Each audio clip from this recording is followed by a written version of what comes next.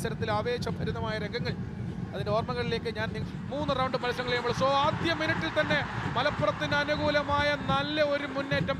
അതിലേക്ക് അഭിജിത്താണ് പെനാൽറ്റി ബോക്സിനകത്തേക്ക് കുതിച്ച് കയറി വന്നത്. അഭിജിത്ത് അവിടെ തട്ടി വീഴുന്നുണ്ട്. പക്ഷേ ഒരു ചെറിയ ഒരു ഹാഫ് ഹാർട്ടഡ് പെനാൽറ്റി ക്ലെയിം അവിടെ ഉണ്ടായിരുന്നു. പക്ഷേ റഫറി ജമാൽ മോഹനിലേക്ക് എത്തിക്കാൻ സാധിക്കുന്നില്ല.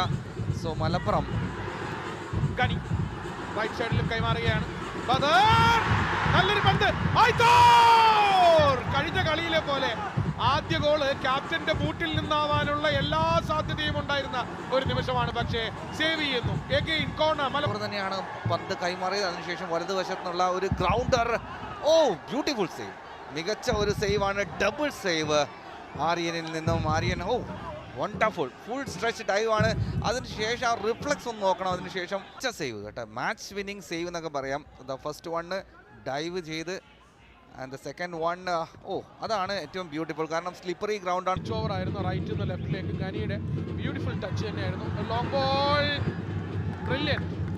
ഇതിൽ കൂടുതൽ ഒരു ഏരിയൽ ബോൾ ഡയഗണലി ബോക്സിന്റെ സെന്ററിലേക്ക് പറന്നു വരുന്നുണ്ട്. സോ അതൊരു നല്ല ഒരു എഫക്റ്റീവ് മൂവ് തന്നെയാണ്.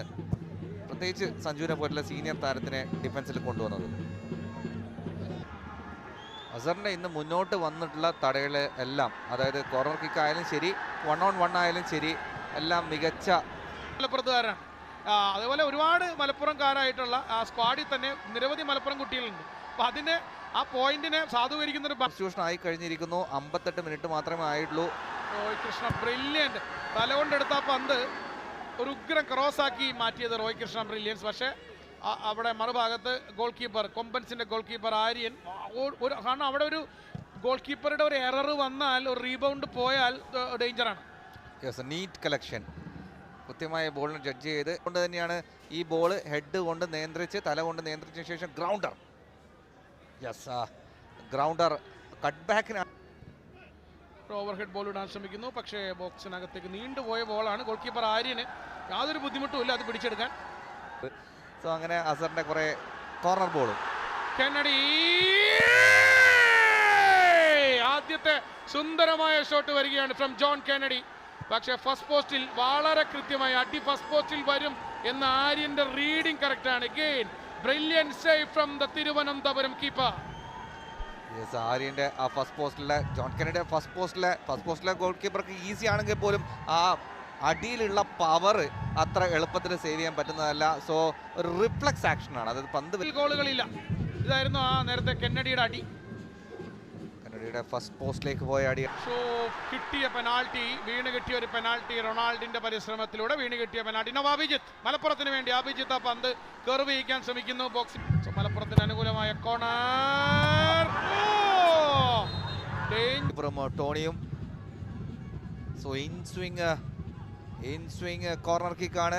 ഗോൾ കീപ്പർക്ക് വളരെ ബുദ്ധിമുട്ടുണ്ടാക്കുന്നത്. പക്ഷേ ഡിഫൻസ് എന്ത് ചെയ്യുകയായിരുന്നു എന്നുള്ളതാണ്. ഡിഫൻസിനെ കടന്നാണ് വന്നത്. അവിടെ ഒരു man to man marking. Back to back for Malappuram. വീണ്ടും അൽഫ്രോസി ഗോൾ കീപ്പർ കൈവെച്ചു. ഈ 4 കിക്കിലും അത് മുതലെടുക്കാൻ സാധിച്ചില്ല. ഹക്കു ഈ സെറ്റ് പീസുകളിൽ ഗംഭീര ഒരു ഹെഡർ പ്രൊവൈഡർ ആണ് ഹക്കു. റിഷാദ് ഗഫൂർ ഫോർ മലപ്പുറം. റിഷാദിന്റെ ക്രോസ് വരുന്നു. Kennedy waiting. അവിടെ സലാം രഞ്ജന്റെ മിസ് ക്ലിയറൻസ് ആണ്. അവിടെ ക്ലിയറൻസിന് പോയിട്ട് കിട്ടിയില്ല. ആ ജസ്റ്റ് ഒരു കാലിലെ എഡ്ജ് ഡിഫ്ലക്റ്റഡ് ആയി. പക്ഷേ ഗോൾ കീപ്പർ കൃത്യമായിട്ട് അത് റീഡ് ചെയ്തു. ആര്യൻ ഒരു നല്ല കാൻഡിഡേറ്റ് ആണ്. കഴിഞ്ഞ മത്സരത്തിൽ തിരുവനന്തപുരം ജയിച്ച മത്സരത്തിലും ആര്യന്റെ മികച്ച സേവ് ഉണ്ടായിരുന്നു. അന്നും ഒരു കാൻഡിഡേറ്റ് ആയിരുന്നു. പക്ഷേ ഇന്നെങ്കിലും